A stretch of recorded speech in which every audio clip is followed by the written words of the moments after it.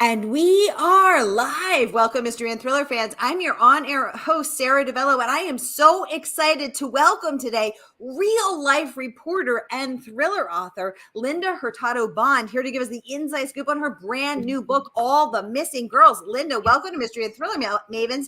Tell us about this book. Well, first of all, thank you for having me, Sara. Love seeing you again. All the Missing Girls, actually, is the second in a series, but written as a standalone. So All the Broken Girls was a starting one. All the Missing Girls is set in Cuba. And what inspired me to write this book was I met my husband in Cuba when I was on assignment, like really in Cuba on assignment. I interviewed his family.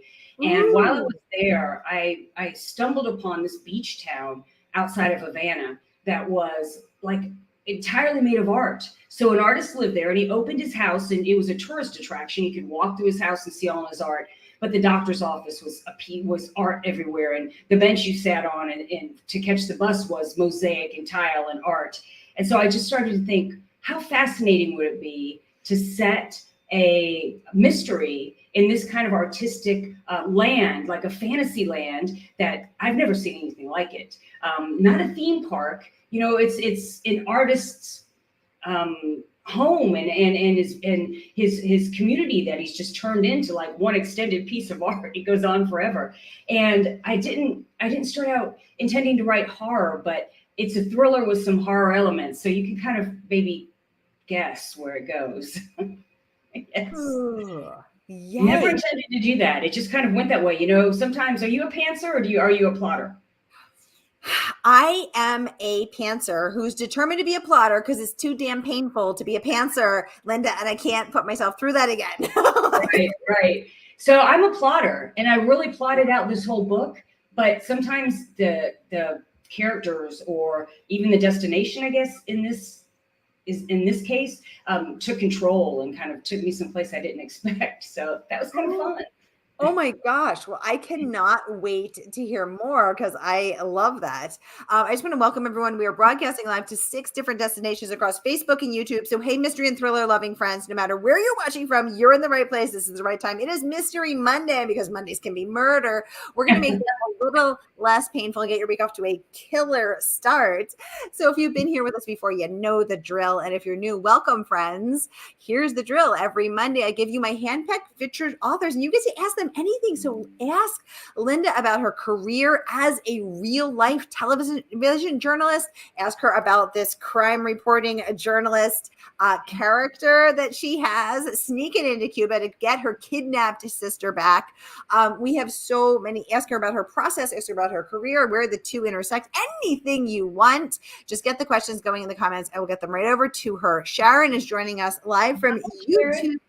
She says, hi, Sara and Linda. It is so nice to see you again, Linda. Yay. Thanks for joining us, Sharon. So great to have you. Robin's joining us from Facebook saying, hello, Sara and Linda. Hi, Robin. Hi, Robin. Yay. Oh, Robin with 2 B's. I like that. Yes, Robin with 2 B's. Renee is joining us from Southeast Florida, your fellow Floridian there. Yay, welcome, Renee. She's saying, hi, Sara and Linda. So good to have you with us, Renee. Hey, Renee, at least we don't have any bad weather right now, right? Like the last time I did one of these virtual events, Tropical Storm Debbie was right above my house and the power cut out like 3 times. So it's a nice evening in Florida. Yes, and let's hope it stays that way. Robin is suggesting, what about a planzer? Oh, interesting. Maybe that's what I did with this book, because I plotted it all out, but then I kind of went pantser in the middle of it. So planzer, that's a good new word. I might have to use that, Robin. Thanks. Exactly. So wait, Linda, tell us a little more about your process. So you sit down and you plot it all out. How long does that take you? Oh gosh, you know, it can take me a month. I mean, sometimes I live with a story for a while before I start to write it, but I'm a 3-act story structure girl. And because I write murder mysteries and thrillers, it's really important for me to know the ending. And so I can drop in those red herrings along the way and try to set up other characters that will be potential killers, but then they turn out that they're not. And so I will lay all my ideas on this structure. That's why I say I'm a plotter. And sometimes that'll take a month to get it all ready. But then when I sit down to write the book, because the outline sometimes is 11 to 15 pages, it's pretty easy to write. And then I have you ever heard of Lisa Cron, Sarah, before? Yeah. So she wrote a book called Story Genius, and it changed the way I write, because she said every scene in your book should be like a stoke in a wheel that's gonna drive your book forward. So you start out with what happens, what is the effect of that event, why it matters to the character, how it changes what her plan is, and what is she going to do next. And literally, if you write that out for every chapter, every scene, and you kind of get that in your head first, and you keep writing that way, it really does drive the story forward. And that's what I think helps you write like a page turner, one that people will continue to turn the pages, because at the end, they want to know what happens next. And I know Sharon, if you're still listening, she's read my book, All the Missing Girls, which I should ask her a question. Did you think it was a page turner? I hope she says yes. Yay! Yay! Leslie's joining us from Canada via Facebook. That's her Canadian. Hello. Hi, Canada. Hi, Canadian Leslie. Yes. Jane, welcome to the conversation. Joining us from Facebook. So, what is the name of this art town in Cuba? Well, the real town, if you want to look it up, is called Fusterlandia. So Fusterlandia. And Fuster is the artist. So I changed it in my book to Ocean Via because it has a little bit to do with Santeria, which is an Afro-Cuban religion. And in that religion, Ocean is the goddess of fertility. And in this artistic creation that I created, Ocean Via, there's a wishing wall and a fertility fountain. So a lot of young women come to this place because they either want to have kids. So they go to the fertility fountain and they leave offerings for Ocean, or they go to this wishing wall and they write whatever it is they're wishing for and they put it up on the wishing wall. So it's not only just an artistic place, it's kind of a magical place. So I gave it a different name, but there actually is a town called Fusterlandia, I believe. And if you look it up, it's just fantastical and magical. So, ooh, very cool. I have never been to Cuba, and I have always wanted to go. So that is so cool. Leslie D is joining us from YouTube. Oh my God, look at that cute puppy. She wants to know, is this second book an entire standalone, or should one read the first book ideally?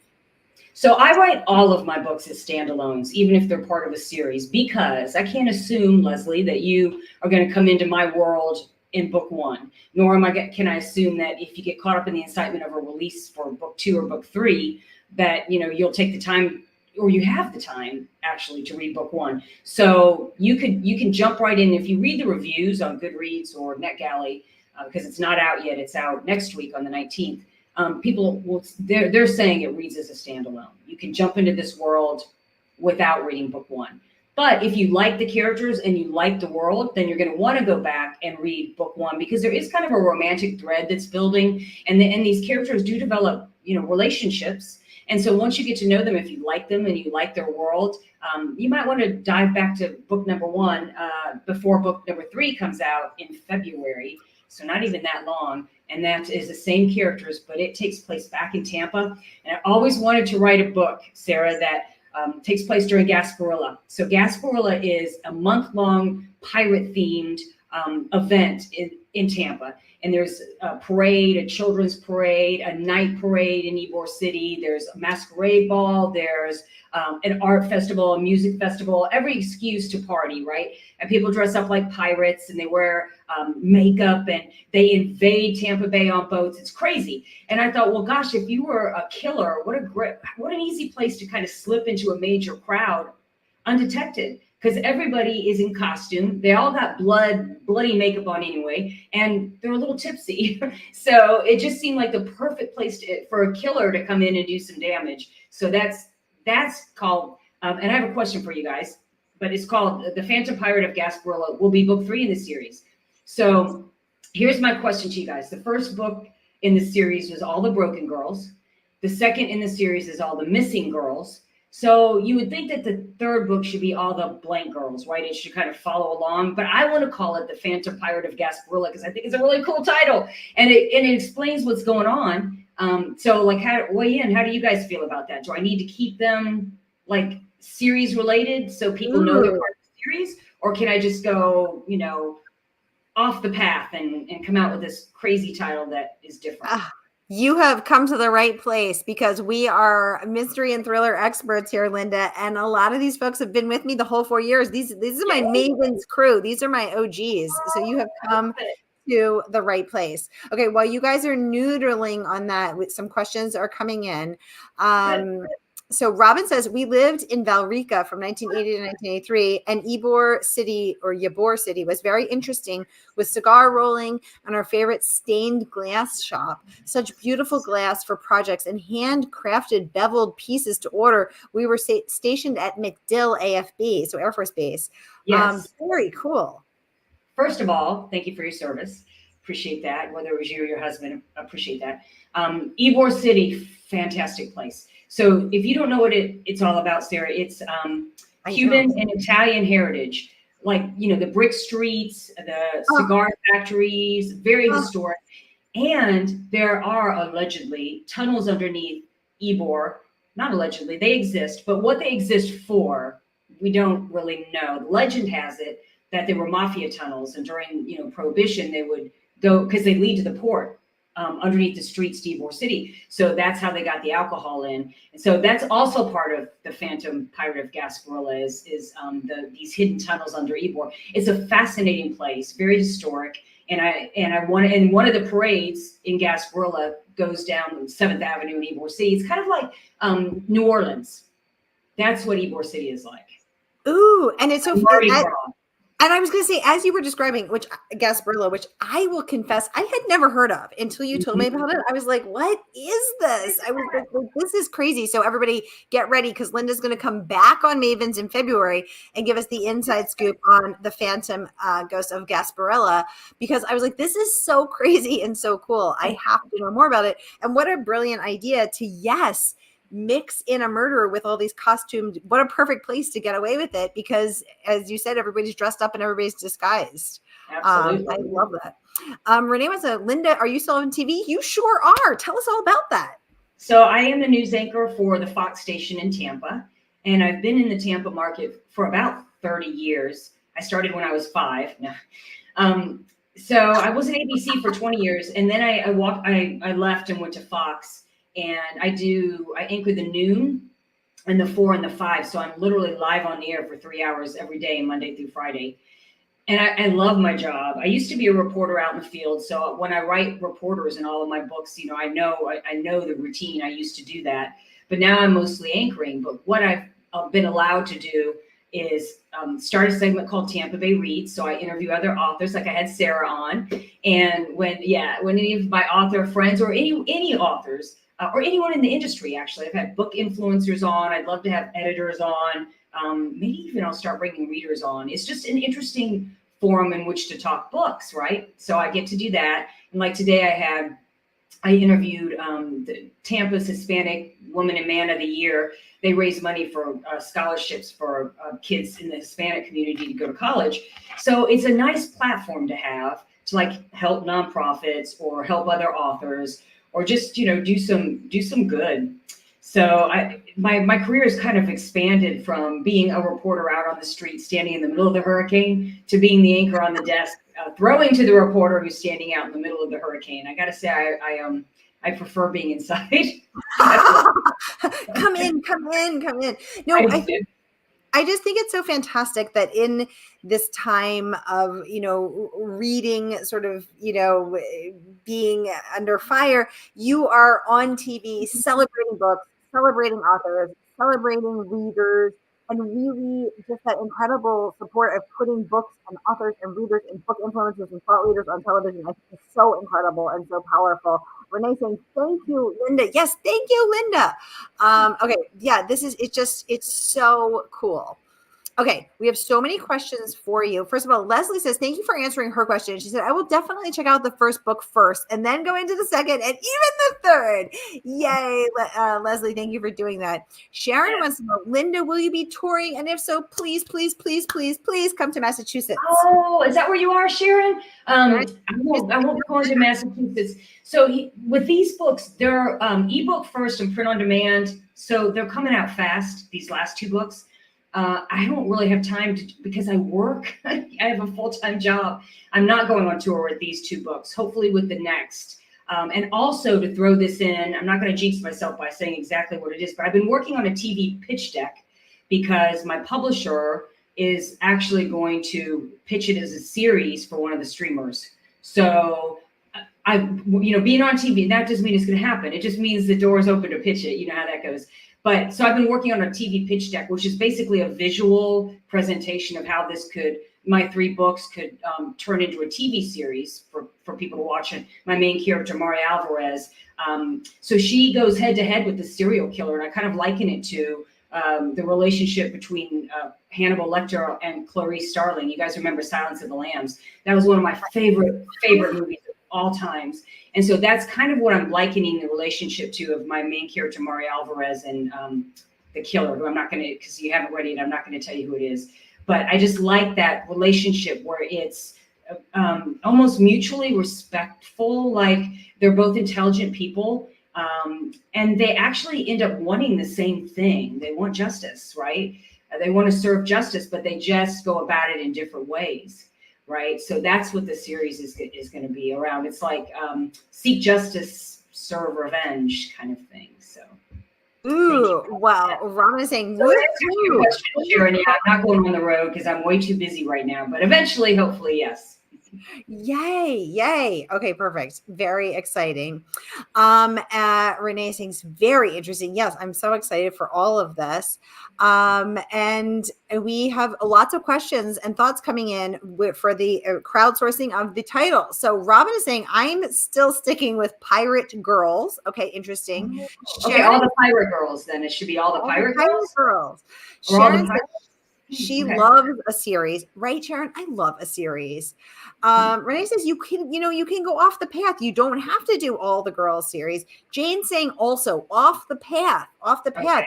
But then we have some other people saying, Leslie saying, I think the title you prefer for the third book is totally fine, considering that each book can be read as a standalone, especially. Right. It is a great title, and it stands out from a plethora of others. Really good point, Leslie. Really good point. That's what I was thinking. Have you ever heard? I don't think I've ever seen a title, The Phantom Pirate of Gasparilla, or anything close to it, right? No, I've never even heard of Gasparilla. Right? This is so cool. John's joining the conversation from Northeast Ohio. Hi, John. Welcome. Robin is saying, thank you for your kind words. We're both, she and her husband were both Air Force, driving through Ybor City at midnight. Shift change was a whole different experience. Ooh, that sounds like a very different experience.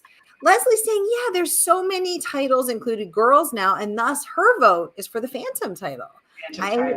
Good point. Robin, can I tell Robin an Air Force story really quick? Oh yeah, let's go back to that. My dad was a colonel in the United States Air Force. He flew the big C-141s, those big cargo planes. So I lost him when I was 8 months pregnant with my daughter Jackie.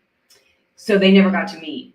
But when my daughter Jackie was born, she had his butt chin, right? And she came out demanding, like a colonel. Like I felt like I had to salute my baby from the second she was born, right? She's always been like that. So all my other kids went into the medical field in some aspect. She became a pilot, and she is now a pilot going to fly for Delta. She's in college now, but when she gets out, she's starting a job with Delta. And I swear to you, my father was not ready to go.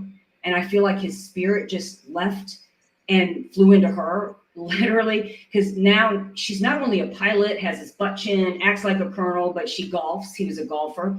I mean, how does that happen, right? Like, that's just so weird. So anyway, that's my Air Force story. I tried to convince her to go into the Air Force, but I think she wants to fly commercial. So.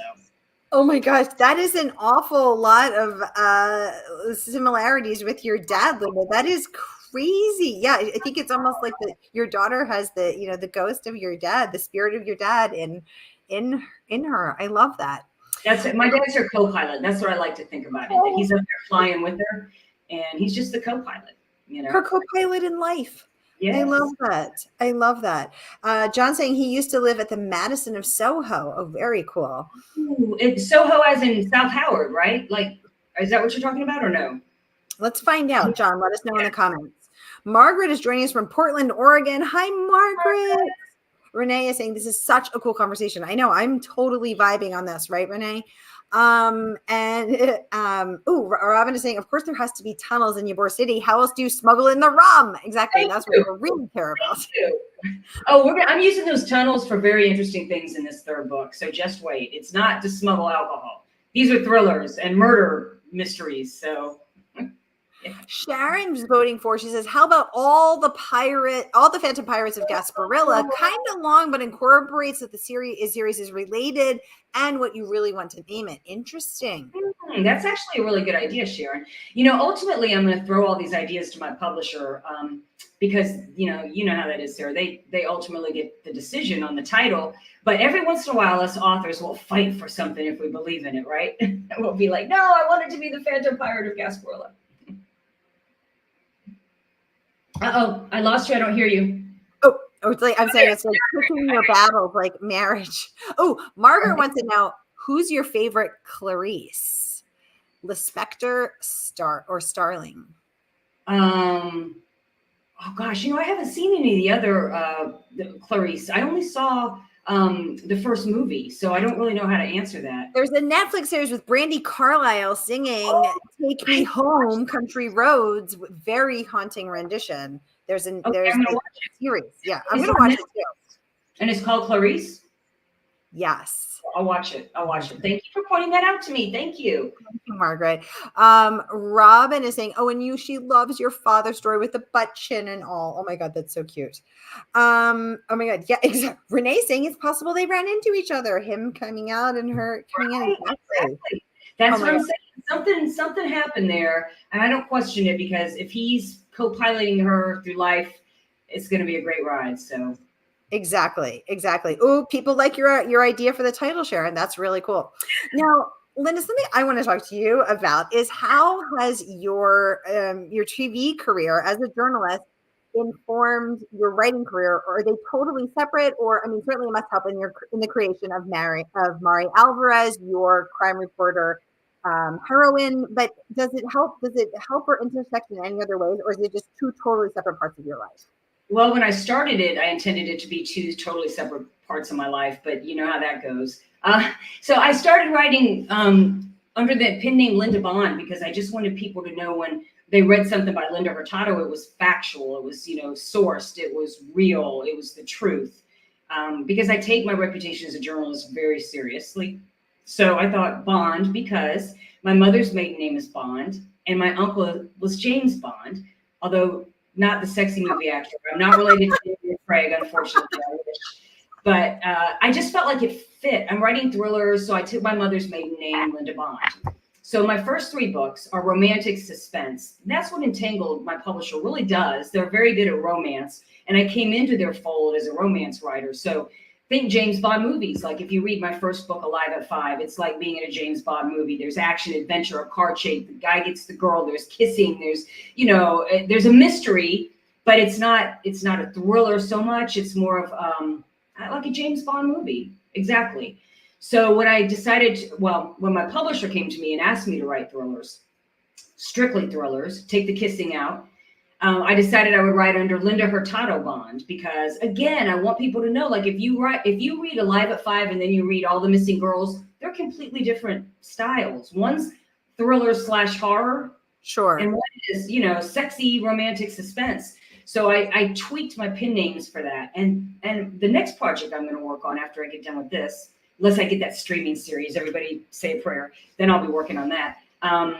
Is something that I might write under LH Bond because it's more of an action adventure, kind of a blockbuster type thriller. And so again, it would be different under the thriller umbrella. So I keep everything under Bond, right? So and it all is married in a couple of ways. Like my lead characters were all reporters, It's at least so far, they're all reporters. And so I'm writing what I know. It's really not difficult for me to write a character who's a reporter or a photographer or a police detective or an FBI agent, because I know all these people and they're in my world. They're my friends. Like the sheriff of Polk County actually read my first book, All the Broken Girls, and commented on it. And I'm going to see if he'll be a beta reader for all the Missy, or he hasn't read all the Missy Girls, but I'm going to see if he'll read The Phantom Pirate of Gasparilla, because there's AI in it, artificial intelligence. And I want to know how law enforcement is using it, right? So my two careers just marry each other naturally and organically. Does that make sense? And then I wanted to start Tampa Bay Reads, and now I bring authors on. And so the only thing I can't do is I can't hold my book up on Fox 13 and go, buy my book. So that's really the only thing I can't do. And I understand, you know. So otherwise, I think they've kind of married each other. Don't even know when exactly it happened, but it's kind of gotten to that point where people know. I love that. Yeah, and plus Bond is just such a cool name. Robin's saying, yes, keep those B names together. Yeah, exactly. I mean, it's all working. It all works together, as you said, under one umbrella. Yes. And you have the firsthand experience of going into Cuba to be, because I think not a lot of people have been to Cuba. So to be able to travel there in the pages of All the Missing Girls through the eyes of you and your lead character, I mean, it's such an incredible opportunity and experience. I was so fascinated by Cuba. I call it beauty and decay. Like Havana is a beautiful city from a distance. Up close, there's electrical wires on the street. There's pavement that's broken up. You know, you go to visit someone, they don't have food in the refrigerator. They slaughter a pig to feed you. You know, it's a completely different lifestyle. And yet the people are so happy.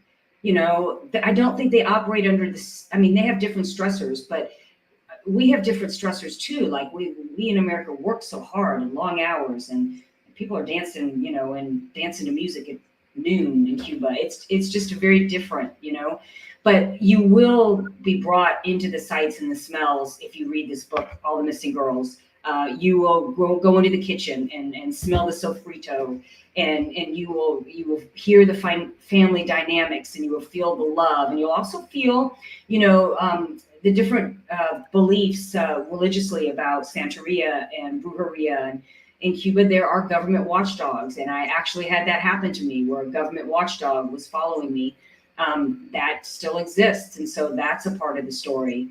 Yeah, I mean, I had this guy I was supposed to check into as a reporter on day one when I get in there, and I was young and scared. Yeah, I'm in a communist country. I don't want to mess up. I'm gonna be a good girl. No, I'm gonna badge, and I'm gonna wear it, and I'm gonna do everything they say. So I show up, he's not there, right? And I wait a good part of the day. So now I have a dilemma. Do I just go out and report without the official badge? Do I go out on the street, and what do I do? Well, I ended up going out and reporting. Now, on the very last day, we ended up getting a badge, and then we went to the Plaza of the Revolution and got stopped by a police officer. And thank goodness we had the badge, right? And then the day I was leaving, the guy that I had been trying to get a hold of the whole time shows up at my hotel and introduces himself to me. That's freaky. I'm sorry. They knew who I was. They knew I was there. It's just, there's too many coincidences. So, you know, being in a communist country and being a reporter in a communist country is different. Sharon is saying you will see it, you will smell it, you will deeply experience it because of your beautifully detailed descriptions. Thank you, Sharon. Yay! Renee's wondering, how much time have you spent in Cuba? So I've been, is it 3 times? I've been 3 times, and never more than a week, but fully immersed. And I have to be honest. Most of the time I spent there was in Havana. Although I did go to I met my husband. Did I tell you guys I met my husband on my first trip to Cuba? So I actually have been to his hometown where he was born, and it is a rural town outside of Havana. And the reason I met him was Fidel Castro, when he was in charge, invited Pope John Paul II to come into Havana. And because he wanted the publicity, he invited Fidel Castro, invited the media, and then invited families to come back that left Cuba and went to America. So some families were going back for the first time in 30 years. Like, they haven't been back in a long time. And my husband's family was one of them. And I chose to do a story on his family because there were four brothers. Two of them decided to go back on this trip with the parents because they wanted to see Cuba through the eyes of their parents, and they feared that this might be their only chance, right? The other two brothers refused as long as Fidel Castro was still in charge because they felt like they're not giving this man any money. He destroyed the family. He divided the family. So my story was decades after the revolution ended, Fidel Castro was still dividing families. And I interviewed his mom and dad, and that's how I met him. He got mad at me because I made his parents cry in the interview. So because they're so passionate about their country, they haven't been back in 30 years. And so I went along to his rural farm town where he was born and saw Jorge and his mom and dad see these family members for the first time in 30 years. And it was very emotional. There were a lot of tears. And they, opened their doors to me and allowed me to come in as a journalist and just videotape everything. And kept in touch with the family and Jorge. And now we have 5 children, and we raised them all in the Cuban American community here in Tampa. So I feel like I can write about Cuba. I feel like I know it pretty well. And I went back twice again. Never lived there, but grew up in the community, raised my kids, I should say, in the community, and, hear a lot about Cuba all the time. Well, so many people weighing in with incredible blurbs. Jennifer McMahon, New York Times bestselling author, who's been on for her last 3 books, saying this is a propulsive and downright unsettling thriller steeped in Cuban culture. All the Missing Girls will keep you turning the pages. Linda Hurtado Bond has crafted a sequel with all the right elements: a ticking clock, a compelling mystery, plenty of twists and turns, an atmospheric setting, and a touch of Santeria. People prepare to be transported. And if anybody knows, that's from Jennifer. I mean, she's a great writer. And she is a great writer, and she knows how to do a touch of supernatural, a touch of horror. So she's vibing with that Santeria. Loving that. And Jamie Lynn Hendricks, your fellow Floridian, saying part spine-tingling mystery, part dark thriller, and totally bingeable. All the Missing Girls is the suspenseful book that you are looking for. The atmospheric setting jumps off the page. It will transport you right into the nitty-gritty scene of Havana, Cuba, when Mari and her team race against time to find her missing sister, Izzy. Filled with authentic art, Santeria, and food, the timeline countdown will get your heart racing, rooting for genuinely well-written characters and a fresh, exciting plot. And I'm putting all of this in the comments so everybody can read them in their own time as well. And Vanessa Riley also saying intrigue leaps off every page of Linda Hurtado Bond's latest thriller, Caught in a Race Against Time. TV reporter Mari Alvarez battles superstitions and a secret spy to unravel the mysterious disappearance of young girls from an enigmatic town outside of Havana, Cuba. So, y'all, you're not going to want to miss All the Missing Girls.